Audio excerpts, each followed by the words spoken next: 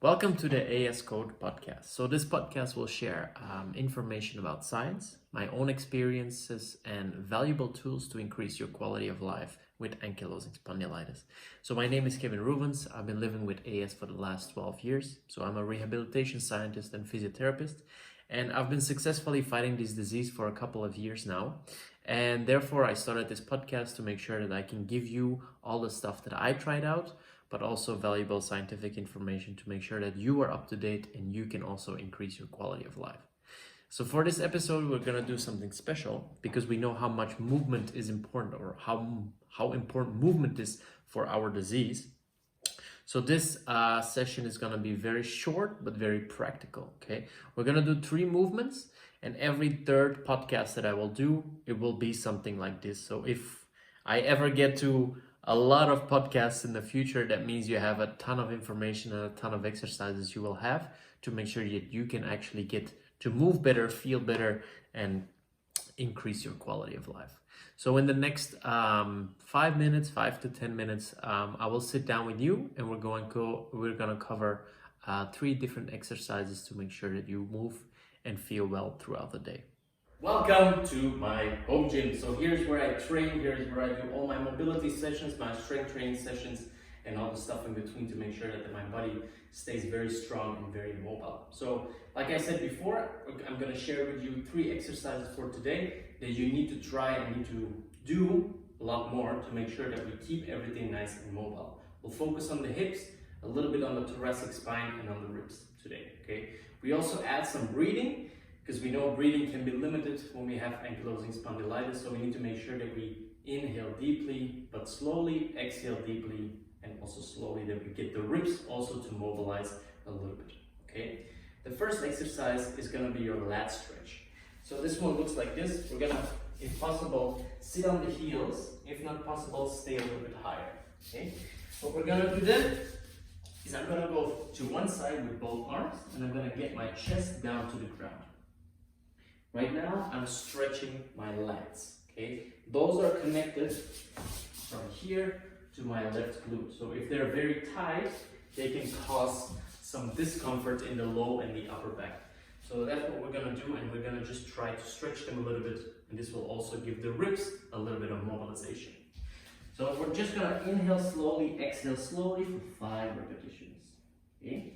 So when I'm inhaling, you'll see I'll come up a little bit, but this is automatically because my lungs are getting inflated. Exhale.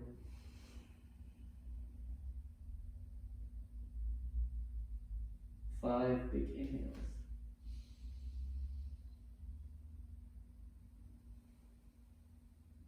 And if I fully exhale, of course we don't want to go too far that we need to start hyperventilating, but just a full exhale will increase the stretch, because if we exhale completely, the ribs, they will fall down and you will get a longer or a better stretch at the lats, okay?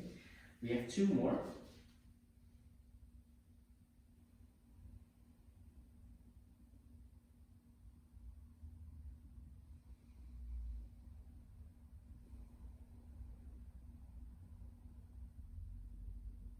Perfect. And we'll switch the sides, same thing, 5 repetitions. So big inhale, in the side. The air will go automatically there. And then a long, full, relaxed exhale.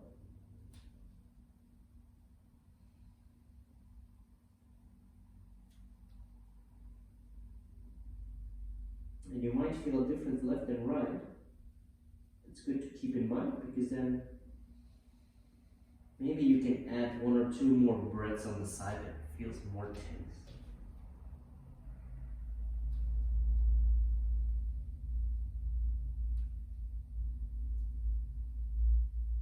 And then 1 more big inhale, nice and slowly. Expanding the ribs, and then exhale. Perfect. So that was number 1. We'll go straight to number 2, which is your shin box. So this is a mobility for the hips, external and internal rotation. So we're going to rotate the hips. If you're like, oh, seated is very hard, You can also lay down and do it like this, okay?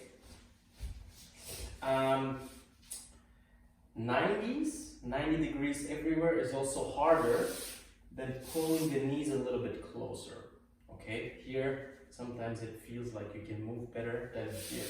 So this would be already a big progression if you can hold these 90 degrees angles throughout the movement.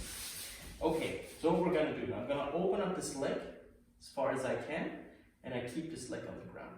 Right now I'm stuck, so that means this one needs to come through, and then we're here, and then we're rotating the upper back. Okay, so I'm gonna go open. Here, this one stays on the ground, and then I'm closing. If you want to make it a little bit easier in these positions, you can also lean back more. Okay, the more the chest is forward, the harder it gets. So the more we're working like in this deep hip mobility of our joint. So, and we'll also do 5 on the left, 5 on the right, nice and slowly. And if you see at the end, I'm also just rotating a little bit with my body. Whatever feels good, you can try. And then the last 2 repetitions, I'm going to show you a progression of this exercise. Okay?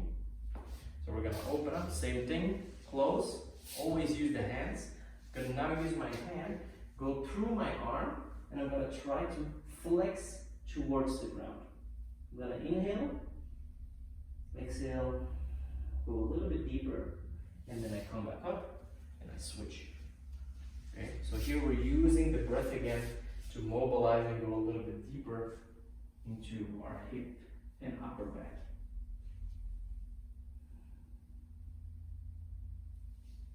And then one more. So there's a lot of variations. You just choose whatever feels good. You can also lay on your back like I showed you at the start. Just make sure that we move nice and slowly, that we're really focusing on mobilizing the hip joint. We know that if the hips are nice and mobile, the low back can be nice and stable. Okay, perfect. That was the shin box. The last one is a hip flexor stretch, so for the front of the hip, but we're also going to move our rib cage a little bit, and we're going to add some breathing. This is the position, half kneel. Make sure that your knee is below your ear. Okay. The first thing we're going to do is we're going to round the low back a little bit. So we're going to get the ribs towards the hips, this movement. Okay. That means I'm also posteriorly tilting my pelvis. This will happen normally automatically if we're crunching over a little bit. Perfect. Then we're going to go forward, and right now I feel the stretch already in the front. That's number 1. Here, crunch a little bit forward. Go forward, hands up or hands on the shoulders, whatever feels comfortable. We're going to go to the side. We're going to exhale. Inhale when you come up, exhale, go down. So here in this exercise, you can also not only move your ribs, but also your hips. So now I'm pushing my hips towards this side to get a long stretch here all the way from my hip, all the way to my shoulder. It's too annoying on the shoulders. Of course, you can go with hands on the shoulders as well. Nice and easy, nice and slowly. Again, we want to use the breath to mobilize the tissue. Exhale when you're all the way down. We'll do one more. Again, we'll do 5 on the left, 5 on the right. And then we switch. So the steps are easy. Make sure knee below your ear. We're crunching or we're getting the ribs down, flipping our pelvis backwards, and then we're going to go forward a little bit. This one is on fire right now. Hands up or hands on the shoulders. And then here, exhale when you go to the side. So for me, this is harder now on this side. I feel I have less range than on the right side. So this is something, again, I need to keep in mind. Maybe I need to do more reps on this side. And then the last important part is this knee is not really moving too much to the left and the right. It's really only the pelvis, the hips, and then the ribs. So 5 reps. Nice and easy. The hands on the shoulders look like this here on the left side. We'll do one more. So we're also mobilizing the rib cage here. We know the ribs are in the middle of the body.